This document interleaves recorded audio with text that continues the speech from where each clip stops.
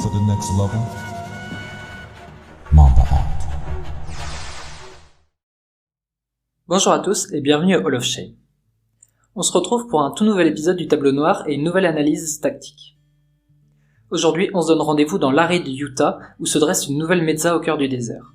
Rudy Gobert. Donc on en a beaucoup parlé en ce début de saison pour sa prolongation record de 200 millions sur 5 ans. Les observateurs se demandaient en effet s'il méritait autant. C'est quand même le 3e plus gros contrat de l'histoire de l'NBA.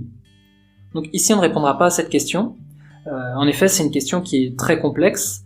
Il y a beaucoup de choses à prendre en compte quand on regarde le contrat. Il y a la situation du Utah Jazz qui attire très peu de free agents et donc qui doit surpayer des joueurs pour s'assurer qu'ils restent. Il y a aussi la décorrélation entre les résultats et le contrat dû aux règles de salary cap maximum mais aussi minimum qui sont dues au fait qu'on est une ligue fermée. Il y a aussi l'augmentation chaque année des contrats, le fait que de plus en plus de superstars décident de choisir des contrats courts.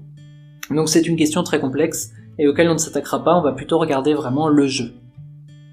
Donc en effet, il ne faut pas oublier que Rudy Gobert est un des meilleurs joueurs de la ligue, ça fait quand même 3 années de suite qu'il est All-NBA Team.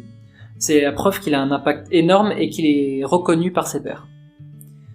Donc si on regarde les autres gros pivots défenseurs un peu iconiques qu'on a sur les dernières décennies, on peut penser à Mutombo ou Ben Wallace. Donc ce qui est marrant, c'est de voir que Mutombo dans toute sa carrière a eu 3 All-NBA Team et Ben Wallace 4.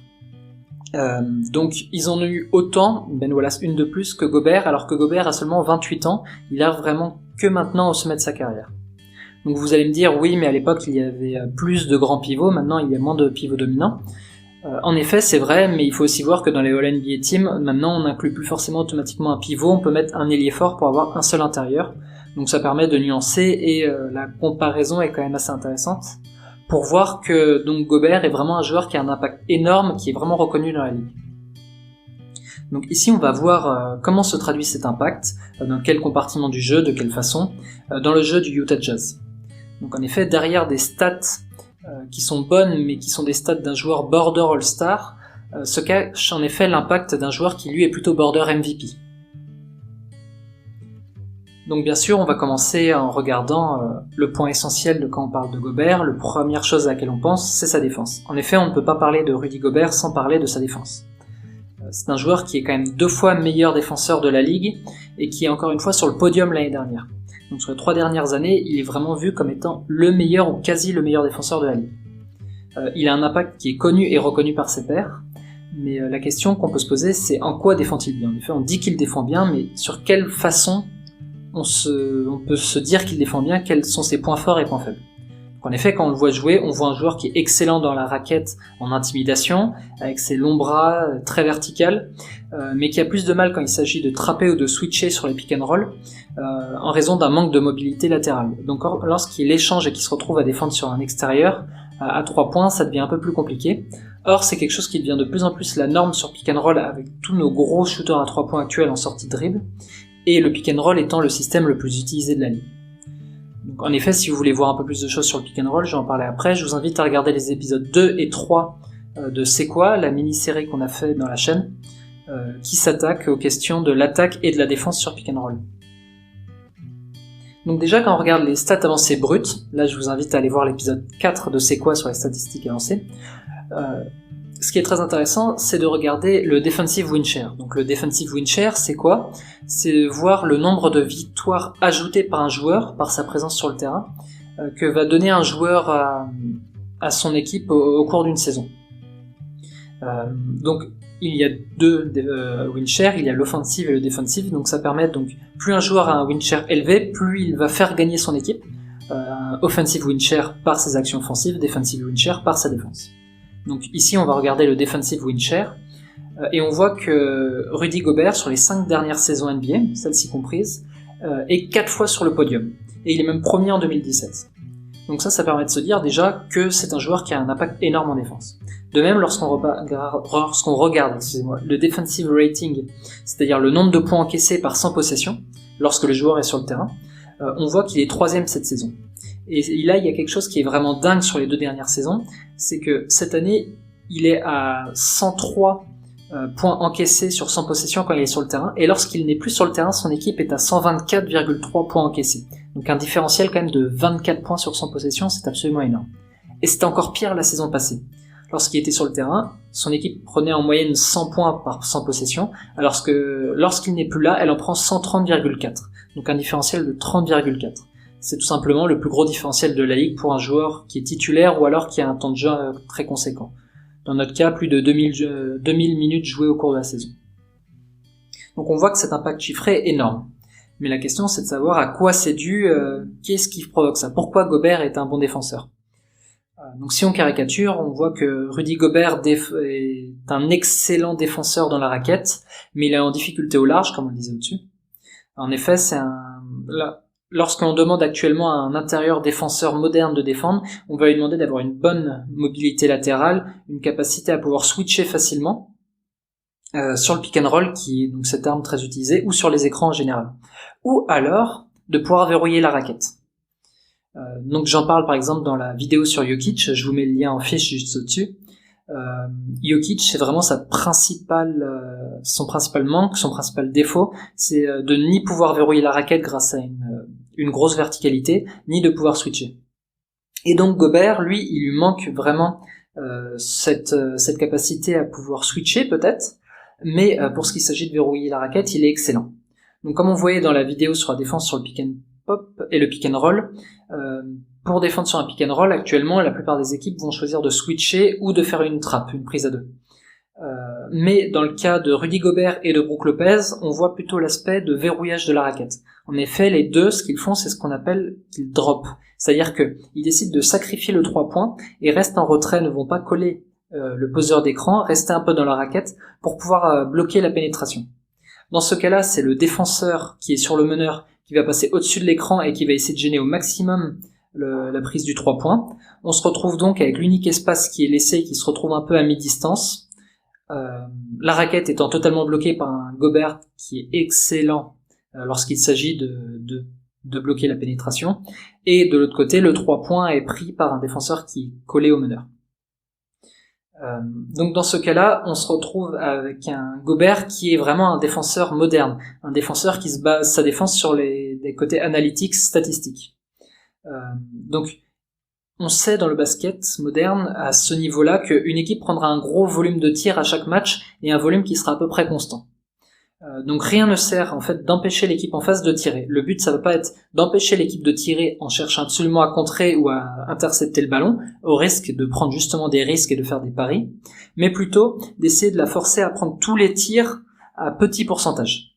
Tous les tirs qui ne sont finalement pas des tirs efficaces, ce qui fait diminuer donc l'efficacité de l'attaque en face et donc augmenter votre efficacité défensive. Et donc ça, Gobert, il l'a totalement compris, et c'est totalement sur ça qu'il base sa défense. En effet, la première règle que Gobert dit, et ça c'est ce qu'il dit, pas simplement ce qu'il applique en match, c'est le fait de ne pas faire de faute, de ne pas donner de lancer à l'équipe en face. En effet, le fait de faire des fautes, de donner des lancers, vous donnez le tir le plus facile, le tir à plus haut pourcentage, et à plus haut pourcentage réel à votre adversaire en faisant ça. De plus, le fait de faire une faute, c'est un double problème. Donc vous donnez des lancers francs, vous risquez de sortir du match, donc lorsque Gobert sort, on a automatiquement le pilier de la défense de Utah qui sort, donc ce n'est pas une bonne chose. Et en plus, lorsque vous commencez à avoir pas mal de fautes, avec la peur de sortir, vous allez défendre de façon moins intense, donc laisser des opportunités plus intéressantes à l'équipe en face. Or, Rudy Gobert, cette année, c'est seulement 2,1 fautes par match. C'est un total qui est vraiment très faible, spécialement pour un intérieur. Donc on parle donc d'un défenseur qui est capable de défendre intensément tout le match en faisant très peu de fautes. Il est très peu en full trouble pour un pivot. Donc ensuite, on va se baser sur la suite de cette logique analytique, ça va être de limiter au maximum les tirs les plus efficaces après les lancers francs. Ce sont les lay-ups et les dunks. Donc pour ça, Rudy Gobert va soit énormément contester, sans chercher forcément le contre, en levant les bras, en sautant mais droit, ou alors en forçant l'adversaire à tirer à mi-distance, en lui laissant de l'espace à mi-distance et automatiquement le fermant dès qu'il essaye de pénétrer. On va donc laisser au maximum l'équipe en face vraiment ces tirs-là à mi-distance qui sont des tirs peu efficaces et que l'on veut absolument éviter. Dans le même temps, la défense de Utah s'adapte au tour, les extérieurs de Utah vont énormément défendre très serré sur les shooters à 3 points pour les empêcher de shooter à 3 points, en sachant que si derrière ils sont dépassés au drive, ils auront avec Gobert une assurance tout risque. On se retrouve donc uniquement avec cette zone qui est laissée libre à mi-distance, avec les mains de Gobert qui sont toujours hautes, en opposition systématique de façon à rendre le tir un peu plus compliqué, diminuer la visibilité, et forcer un tir un peu plus en cloche à mi-distance, ce qui est au final le pire tir possible. Et donc on se retrouve avec des adversaires qui ont un field goal, un pourcentage de tir, extrêmement faible. Lorsqu'ils sont face à Gobert, il descend à 43%, ce qui est très très bas. Donc comme ça, on a donc une équipe qui va, par sa défense collective et grâce à Gobert, va diminuer les pourcentages effectifs et donc l'efficacité de l'équipe en face. Et au final, Gobert, comme je le disais avant, va très peu contrer, car il saute relativement peu au final.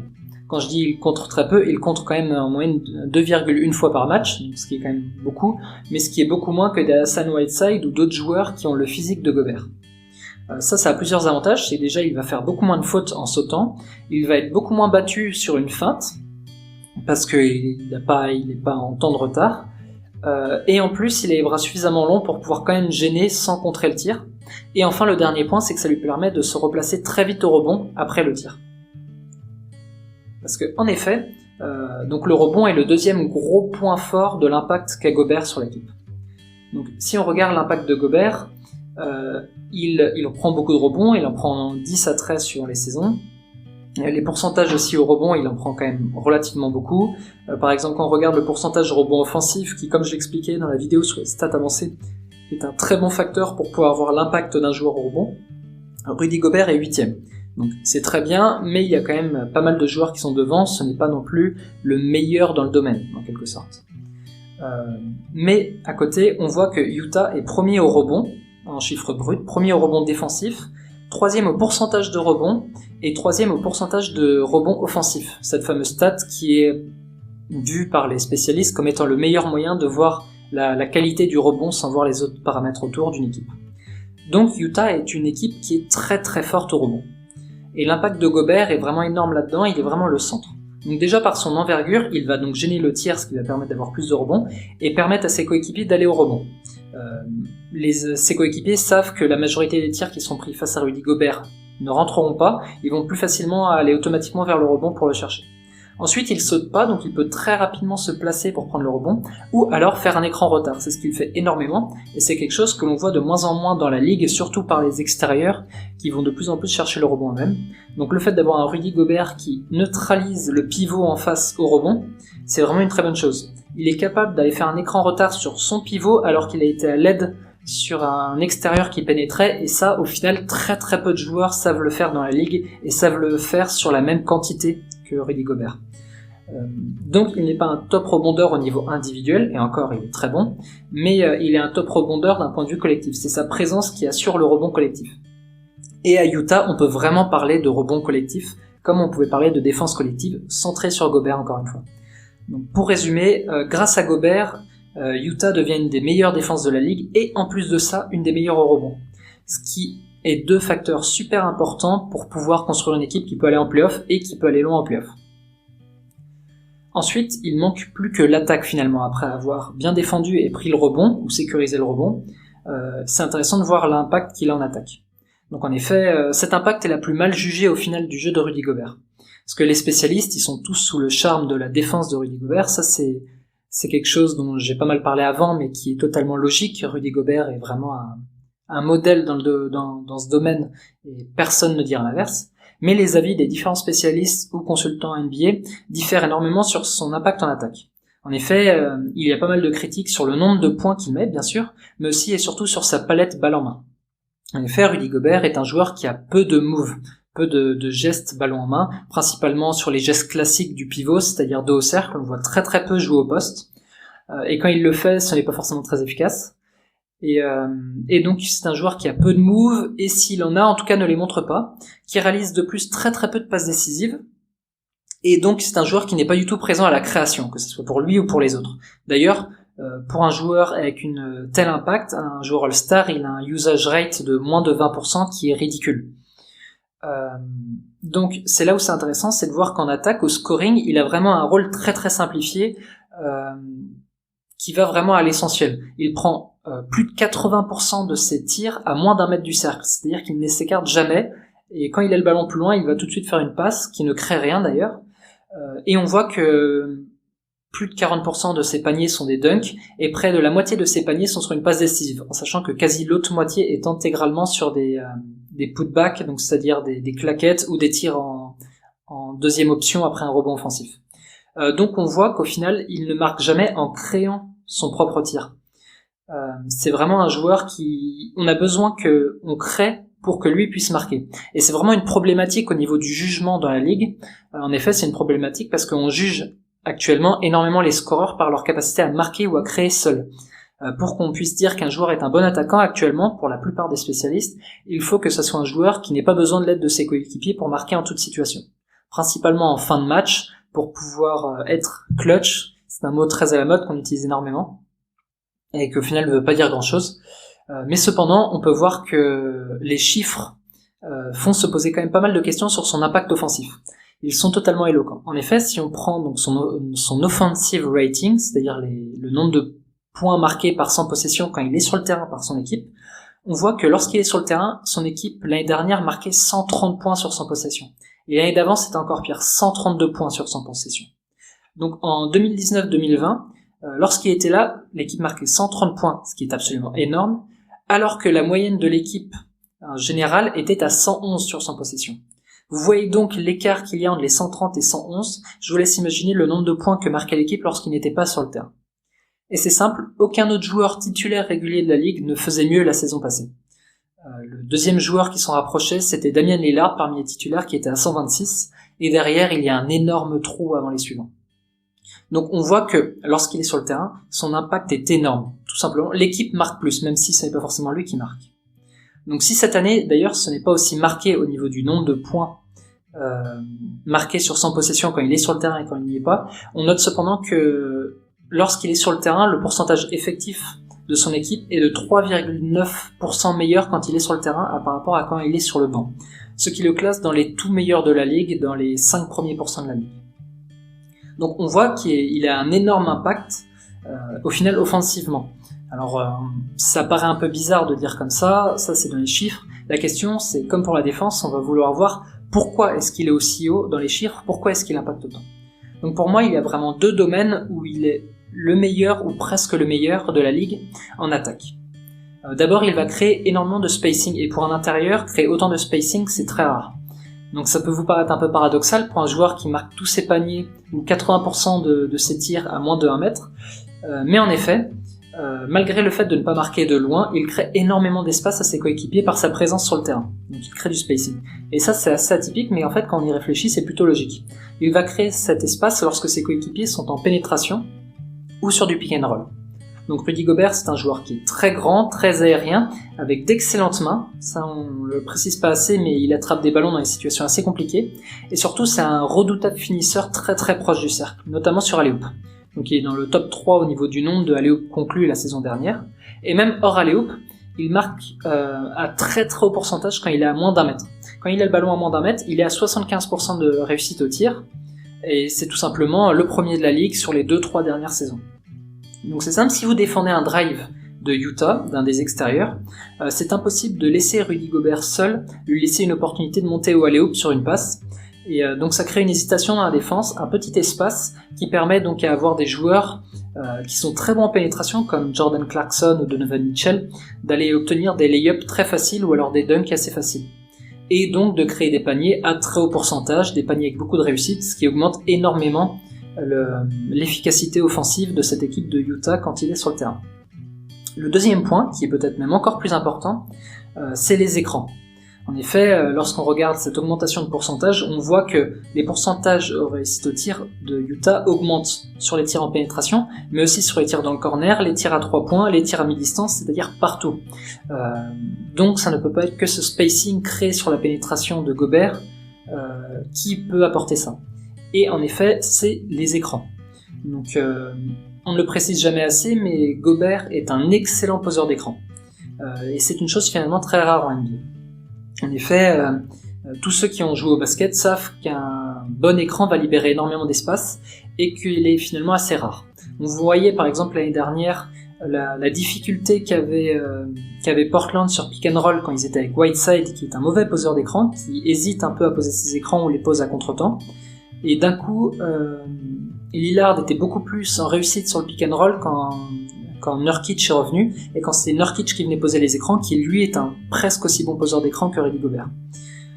Et donc, c'est un joueur qui va poser énormément d'écrans, un peu à la façon d'un Caruso, dont j'en parlais dans la vidéo sur les Lakers, pendant les derniers playoffs. Gobert va en poser donc des bons écrans, et surtout va en poser énormément qui permettent de générer des shoots. Et il est premier, donc encore une statistique où il est premier sur la ligue, au niveau de screen assist. Donc un screen assist, c'est la statistique qui va compter le nombre d'écrans posés qui amène un panier directement après. Donc par exemple sur pick and roll, ou un écran à l'opposé qui permet de libérer un shooter. Donc en moyenne, Rudy Gobert en fait 7,8 par match, c'est-à-dire plus de 1 de plus que le deuxième de la ligue qui est Domantas Sabonis. De même, il est encore plus premier sur le nombre de points générés après un de ses écrans, de toute la ligue avec 17,9, c'est absolument énorme, alors que le deuxième, Sabonis, est à peu près 15, donc il y a quand même 3 points d'écart grâce à ses écrans. En plus, ces écrans sont très variés, ce n'est pas que du pick and roll. Il est capable de poser des écrans avec du main à main, d'aller poser un écran à l'opposé, ou de le faire sur le porteur de balle, dans le cadre d'un pick and roll. Il les pose toujours dans le bon tempo, et c'est quelque chose qui est très important aussi. Donc on a une équipe qui va énormément profiter de ces écrans, et sans forcément lui donner le ballon après sur un pick and roll en lui glissant le ballon, mais en shootant tout simplement derrière, en profitant des énormes espaces qu'il dégage. Donc c'est ce qui fait de Rudy Gobert un excellent attaquant. C'est pas forcément quelque chose qu'on entend aussi souvent que sa défense, mais c'est un excellent attaquant, dans le sens où il place son équipe dans les tout premiers à l'offensive win share, où il était 4e la saison dernière, même si ses stats, bien sûr, ne fait pas tout. Donc on voit qu'il a un offensive win share énorme, un defensive win share énorme, ce qui me permet donc de dire que c'est un joueur qui est très sous-estimé en attaque et qui a quasi une influence en attaque aussi importante qu'en défense dans le cadre du jeu du Utah Jazz. Donc pour conclure, on peut dire que en plus d'être un joueur monstrueux en défense, Gobert a cet impact énorme en attaque qu'on ne souligne pas assez. Il y a une énorme différence entre quand il est sur le terrain et quand il n'y est pas en défense, mais peut-être et même encore plus en attaque finalement. Il n'a pas besoin du ballon et comme la plupart des grands shooters, il est capable rien que par sa présence et ses mouvements de simplifier la vie de ses coéquipiers en attaque en leur créant de l'espace. L'espace qui est le nerf de la guerre du basket moderne. Dans ce domaine, c'est simple, il est tout simplement le meilleur intérieur, et de très loin, et il est l'exemple parfait de l'excellent attaquant. Non pas parce qu'il score, mais parce qu'il fait tout le reste, tout ce que finalement ne font pas les scoreurs, qui permet aux autres de scorer et aux autres de gagner. C'est quelque chose que je voulais vraiment souligner parce que c'est un des meilleurs joueurs actuellement de la ligue, il a un impact énorme que ça soit en NBA, mais aussi en équipe de France, où finalement on a systématiquement ramené une médaille quand Rudy Gobert venait jouer en équipe de France l'été. Et c'est quelque chose sur lequel je voulais passer du temps et vous le partager. Donc encore une fois, si vous avez aimé cette analyse, n'hésitez pas à la liker, à commenter, à la partager à votre entourage et à vos amis. Donc à donner votre avis bien sûr si vous n'êtes pas d'accord, et puis comme d'habitude, à vous abonner et à activer la cloche. Je vous dis à la prochaine. Bisous. We just talk about practice. We sitting here, I'm supposed to be the franchise player, and we're in here talking about practice. I mean, listen, we talking about practice. Not a game, not a game, not a game. We talking about practice. Not a game. Not the game that I go out there and die for and play every game like it's my last. Not the game. We talking about practice, man. I mean, how silly is that, man? We talking about